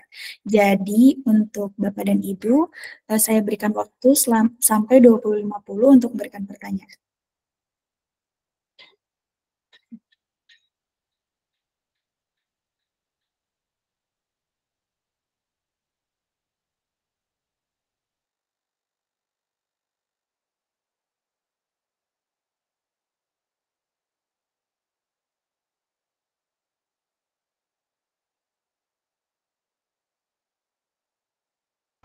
Baik, kepada Bapak Prima, boleh langsung on-mic saja untuk menyampaikan pertanyaannya. Ya, selamat malam. Mas, mau tanya aja, kalau performance-nya dari bisnisnya itu berupa spreadsheet, neraca, dan laporan keuangan, apa juga bisa dicarikan result-nya berdasarkan AI? Terima kasih. Oke, Pak Prima Pandu. Ya, jadi untuk data spreadsheet, kalau datanya udah memang berupa spreadsheet, itu akan lebih mudah dibacanya. Artinya sudah ada kolom dan row-nya gitu ya. Jadi ini akan lebih mudah dibuat atau diolah dari sisi AI, tapi akan lebih baik lagi disediakan atau disimpan dalam platform yang lebih cepat bisa kita integrasikan dengan AI. Biasanya kami menggunakan BigQuery, contoh untuk data-data yang memang sifatnya besar. BigQuery ini salah satu produk dari Google Cloud. Jadi kurang lebih ya seperti kita simpan database gitu ya. Dan nanti untuk pengolahan itu diolahnya di sisi cloud gitu. Jadi semuanya dalam satu environment yang sama. Sehingga untuk menjawab pertanyaan apakah bisa, tentu bisa. Tapi kita lihat dulu datanya apakah perlu dinormalisir atau tidak gitu. Tapi pada umumnya model-model yang ada sekarang ini sudah bisa membaca informasi-informasi yang umum digunakan di sebuah perusahaan seperti itu. Prima. Ya, maksudnya supaya lebih cepat gitu ya. Jadi kalau saya punya tren penjualan dari selama setahun atau 2 tahun, kalau menggunakan proses manual kan kita harus mengurangi, kemudian dibagi, kemudian diketahui lagi berapa hasilnya, ketahuan bulan kapan yang paling rendah, bulan kapan yang paling tinggi, lalu produk apa yang paling laku, produk apa yang paling nggak laku, itu bisa pakai spreadsheet kan, menggunakan rumus ya, formula. Apakah itu yang saya tanyakan tadi, apakah itu bisa lebih cepat dengan menggunakan AI? Apakah AI juga mengenali cara-cara formulasi dari spreadsheet Excel tersebut? Tapi mungkin kalau memang jawaban seperti itu ya masih harus dicari lebih jauh lagi kan ya, untuk bagaimana bentuk spreadsheet-nya itu ya, sehingga bisa dikenali oleh AI. Betul Pak. Jadi memang harus kita ketahui dulu supaya AI-nya nggak terlalu kreatif kan nantinya. Jadi harus dikasih tahu ini mana yang nilai debit dan mana yang nilai kredit seperti itu. Oke, noted. Terima kasih, Mas. Sama-sama, Pak. Baik, terima kasih atas pertanyaannya.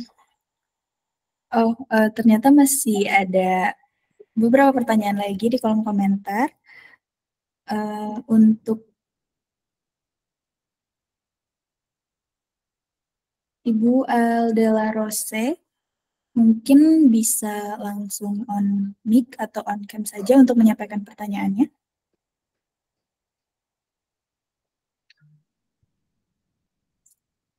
Kalau tidak, akan saya bacakan.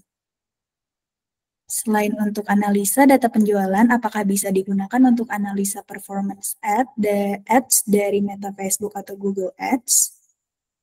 Lalu, tools AI tersebut bisa dipakai untuk CRM, WhatsApp marketing, untuk otomasi pendataan status konsumen baru, ataupun konsumen repeat order untuk produk retail nggak ya? Baik, kepada Mas Andi atau Mas Eki, silakan untuk menjawab. Oke. Untuk data penjualan, selain data penjualan gitu ya, apakah bisa data performance ads atau dari baik itu Meta Ads atau Google Ads seperti itu ya? Bisa secara umum ya, secara umum bisa. Tadi sebenarnya metodenya sama seperti yang tadi. Jadi jika kita bisa convert gitu ya, bisa convert datanya ke spreadsheet atau ke Excel gitu ya, sehingga itu lebih memudahkan AI untuk memproses gitu ya, untuk memproses datanya sehingga kita bisa dapat insight yang lebih spesifik sih, kurang lebih seperti itu. Walaupun memang model-model AI yang sekarang itu bisa baca PDF, bisa baca docs seperti itu ya, atau baca format-format yang lainnya, tapi memang lebih akurat jika bentuknya itu data tabel ya, seperti itu, karena lebih dekat ke data struktur database sehingga lebih mudah AI mengenalinya seperti itu. Terus untuk yang kedua, apakah tools AI itu bisa dipakai untuk CRM gitu ya, baik itu di WA ataupun marketing ataupun automation gitu ya? Jawabannya bisa, tapi jika pengen full gitu ya automation atau full terintegration, biasanya diperlukan tools-tools tambahan kurang lebih gitu. Kalau di kami, contohnya di Gits, kami mengintegrasikan CRM. Jadi jatuhnya integrasi ya kalau di kami, mengintegrasikan CRM kami, tools kami itu dengan model. Jadi yang diintegrasikan model AI-nya, tapi ada bridging automation-nya lah kurang lebih gitu ya, atau ada mesin integrasinya seperti itu untuk melakukan automation gitu. Tapi secara garis besar bisa yang biasa dilakukan kalau tidak ada integration atau automation itu kita sama kayak tadi juga, bahwa kita download datanya atau kita convert datanya menjadi data tabel tadi ya, baik itu Excel ataupun spreadsheet, untuk kemudian kita berikan ke AI untuk diolah gitu ya datanya. Jadi secara garis besar sebenarnya bisa tinggal bagaimana cara kita bagaimana cara kita prompting gitu ya, bagaimana juga cara kita memberikan data kepada AI biar datanya makin akurat sih, biar datanya makin sesuai dengan yang kita mau, seperti itu. Mas Hendy, ada tambahan? Ya, untuk data analisa itu sebenarnya kalau di Google Analytics itu udah ada, di Facebook juga saya rasa sudah ada. Mungkin di sini dari Bu Aldelaros lebih cenderung gimana caranya menggabungkan keduanya. Biasanya sih itu udah ada platform khusus tersendiri yang bisa menggabungkan dari berbagai jenis channel, dan nanti bisa didapatkan insight dari masing-masing ads di setiap platformnya. Jadi sehingga kita bisa tahu kesimpulannya mana nih orang yang paling sering buka Facebook dengan profil apa gitu. Jadi itu biasanya sudah ada toolsnya, dan kalaupun kita mau buat sendiri, berarti kita harus tahu parameternya apa aja. Jadi kita bisa kelompokin lebih spesifik lagi. Seperti itu sih. Baik, terima kasih atas jawabannya kepada Mas Hafiz dan Mas Hendy. Kepada Ibu Aldelaros, apakah sudah terjawab?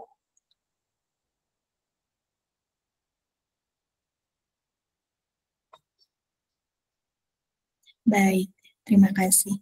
Dan untuk pertanyaan selanjutnya merupakan pertanyaan terakhir untuk sesi webinar kali ini dari Mas Bayu Setiaji. Bagaimana kita bisa meminimalisir halusinasi dari respons AI yang sudah kita training dengan dataset kita sendiri? Kepada Mas Hafiz dan Mas Hendy, dipersilakan untuk menjawab. Ya, halo Mas Bayu. Ini saya coba persamakan persepsi dulu nih, tingkat halusinasi ya. Jadi ini saya sambil share screen lagi, teman-teman. Ini barusan saya ngasih contoh, bikin pertanyaan. Ini saya pakainya Google AI Studio. Saya bikin pertanyaan di mana pertanyaan seperti ini. Bagaimana cara membuat baling-baling dari bambu yang bisa digunakan untuk terbang seperti di film Doraemon? Misalnya seperti ini ya. Jawabannya, ini kurang lebih kalau kita tanyakan secara berulang. Seperti ini.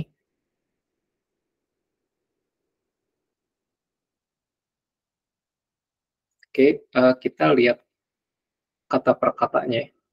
Mulai dari step by step ini, baling-baling layang-layang gitu. Terus nomor 1 baling-baling layang-layang. Terus kita balik lagi nomor 2 baling-baling pesawat kertas. Ada bahannya, ada caranya seperti apa gitu, sampai dengan baling-baling dekorasi. Nah, ini tuh jawabannya setiap kali kita tanya pertanyaan yang sama, dia akan menghasilkan jawaban yang sama gitu. Dengan pertanyaan yang sama. Di sini sebenarnya disebabkan oleh tingkat halusinasi si model kita gitu. Itu disebabkan oleh nilai temperatur yang ada di sini nih. Kalau di Google AI Studio itu kita punya namanya temperatur. Di OpenAI pun punya hal yang sama, punya atribut yang sama namanya temperatur. Tapi coba kita naikkan jadi 2 gitu ya. Dengan pertanyaan yang sama, kita kirim.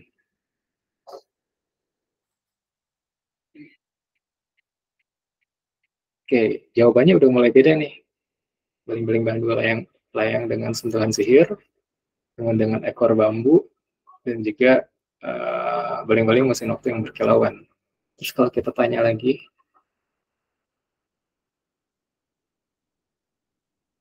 oke, jawabannya tuh beda lagi nih. Jawabannya nomor 1 baling-baling yang digerakkan angin, baling-baling dengan desain menarik, dan seterusnya.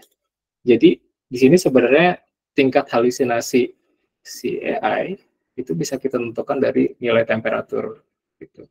Sehingga ini yang bisa menyebabkan jawabannya makin ngaco, makin kreatif gitu. Yang tadi saya bilang tuh makin tinggi itu makin kreatif, sedangkan makin rendah itu makin spesifik dan jawabannya itu lagi yang kita dapetin. Semoga itu maksudnya dari tingkat kehalusinasian, tapi kalau bukan boleh diperjelas lagi gitu, Mas Bayu. Makasih ya. Baik, terima kasih atas jawabannya Mas Hendy. Kepada Mas Bayu, apakah sudah terjawab? Baik, kalau begitu untuk sesi tanya jawab kali ini saya cukupkan untuk sampai di sini. Apabila rekan-rekan semua memiliki pertanyaan lain, boleh langsung reach out ke LinkedIn Mas Hafiz atau Mas Hendy. Dan juga kalau misalnya rekan-rekan ingin share kegiatan webinar hari ini, boleh langsung tag LinkedIn atau Instagram GITS Indonesia di sosial media rekan-rekan semua. Baik, untuk selanjutnya kita akan memasuki satu sesi yang sangat istimewa nih, dan di sini saya akan menjelaskan eksklusif offer yang GITS ID berikan kepada rekan-rekan semua. GITS ID di sini memberikan servis di berbagai bidang, terutama di AI, dan di sini kami tidak hanya membuatkan AI prompting, karena kami juga bisa membantu rekan-rekan semua untuk membuat aplikasi AI khusus sesuai dengan keperluan atau kebutuhan company dan bisnis rekan-rekan semua. Jadi, kalau rekan-rekan semua memiliki bisnis di bidang pendidikan atau di bidang kesehatan, nah AI bisa membantu bisnis rekan-rekan semua seperti untuk menganalisis kinerja tim secara internal, lalu bisa membantu mengerjakan pekerjaan yang bersifat administratif, dan juga bisa membantu menentukan strategi mana yang cocok untuk meningkatkan bisnis Anda. Lalu yang kedua, kami juga memiliki service custom AI modeling. Jadi di sini apabila company Anda memiliki kebutuhan khusus dalam membuat aplikasi atau web AI, kami menyediakan servisnya, dan juga kami menyediakan faster app development. Apabila company Anda membutuhkan proses app development yang lebih cepat dari biasanya, kami bisa membantu Anda. Lalu apabila tim dari company Anda membutuhkan training untuk AI, kami juga bisa membantu untuk memberikan training kepada tim Anda.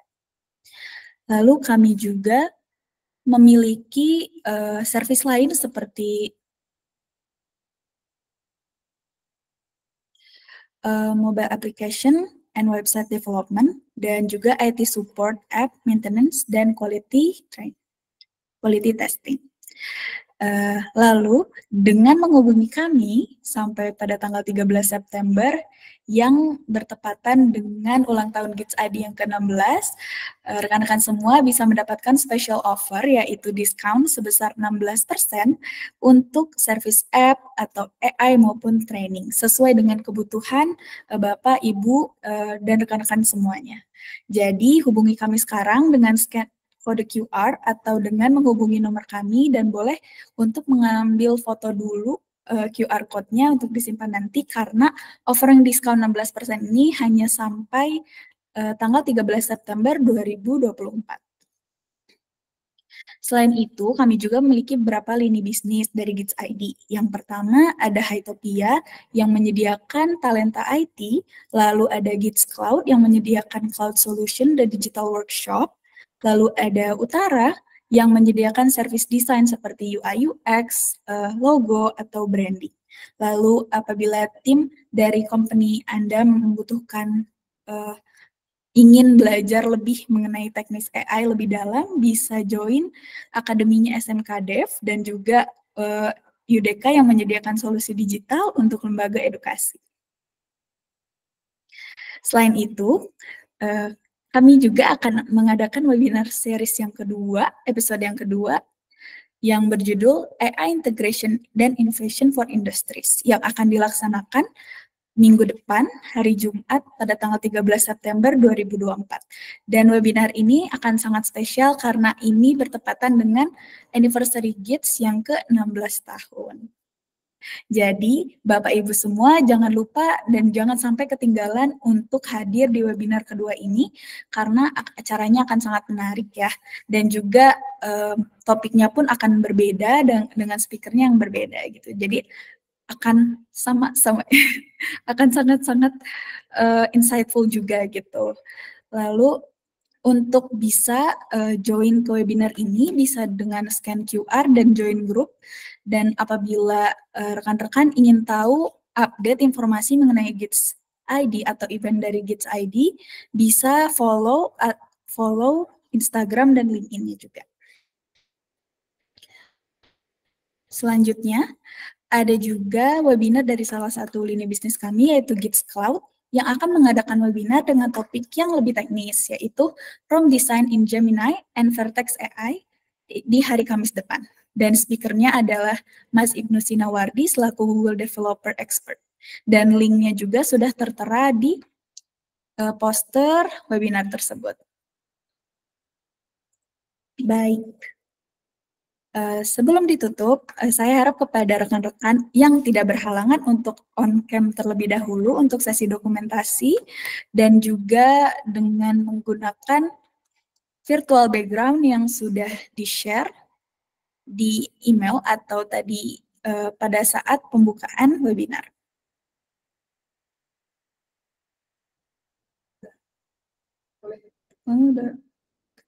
Baik.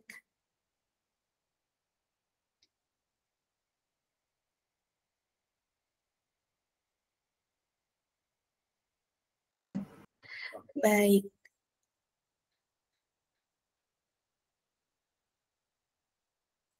Oke, baik. Oke, di foto, di dokumentasi ya. Saya pandu ya, semua. 1, 2, 3. Satu kali lagi, 1, 2, 3. Oke, terima kasih semuanya. Baik, terima kasih banyak kepada rekan-rekan, Bapak Ibu semua yang telah bersedia untuk on-cam untuk sesi dokumentasi. Dan untuk menutup acara hari ini, saya ingin mengucapkan sebanyak-banyaknya terima kasih kepada para speaker, yaitu Mas Hafiz sebagai CEO GITS ID dan juga Mas Hendy sebagai CIO GITS ID. Dan juga terima kasih banyak kepada rekan-rekan semua, Bapak Ibu yang telah hadir dan stay sampai akhir.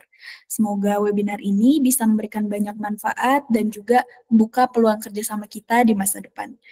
Silakan juga untuk mendiskusikan kebutuhan Bapak Ibu melalui WhatsApp dan kode QR yang tadi telah ditampilkan. Saya Elma Putri Cahyarini selaku moderator memohon maaf bila ada kata yang kurang berkenan selama acara berlangsung. Saya juga izin pamit undur diri, sampai jumpa di webinar minggu depan. Selamat menikmati weekend. Wassalamualaikum warahmatullahi wabarakatuh. Waalaikumsalam warahmatullahi wabarakatuh. Terima kasih. Terima kasih. Terima kasih.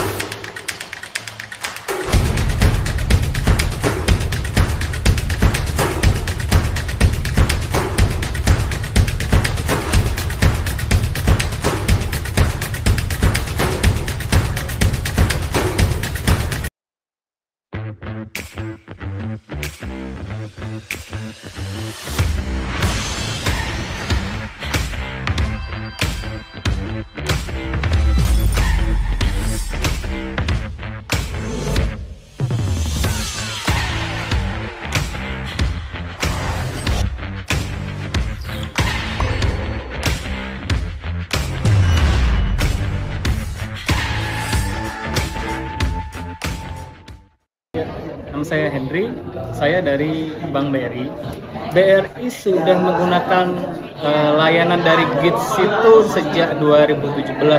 Alhamdulillah sampai sekarang tahun 2023 masih kami percaya kepada PT GITS untuk mendukung proses bisnis pemenuhan kebutuhan khususnya jaringan komunikasi unit kerja BRI se-Indonesia. Sejak mulai dari riset meluncur sampai sekarang, PT GITS sangat berperan besar dalam mendukung kelancaran dari pemenuhan kebutuhan bisnis jaringan komunikasi unit kerja BRI. Selamat ulang tahun PT GITS Indonesia yang ke-15. Mudah-mudahan PT GITS terus bisa berkarya, berinovasi agar menjadi perusahaan yang lebih maju. Hai, saya Sony dari Pertamina Patraniaga. Kami ingin mengucapkan selamat ulang tahun ke-15 untuk PT GITS Indonesia. Semoga GITS bisa semakin profesional dan melebarkan sayapnya baik di lokal maupun di internasional. Selamat ulang tahun GITS Indonesia yang ke-15. Semoga apa yang diinginkan dari level hampir dunia itu semoga tetap tercapai dan semoga bisa membantu ya, bisa berkolaborasi dengan perusahaan-perusahaan lain untuk mewujudkan produk yang memang sesuai dengan keinginan bangsa Indonesia. Ya, selamat siang, saya Rizal dari Maximus Integrasi Indonesia. Mengucapkan selamat ulang tahun yang ke-15 untuk GITS Indonesia.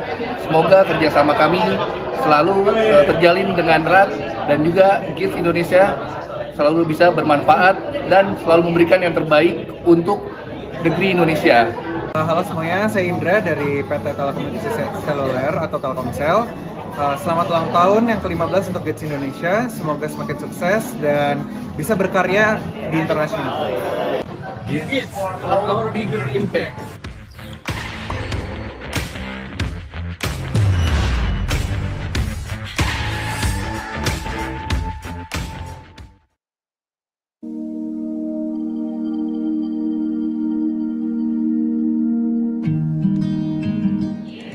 Kami PT GITS Indonesia, atau juga disebut GITS.id.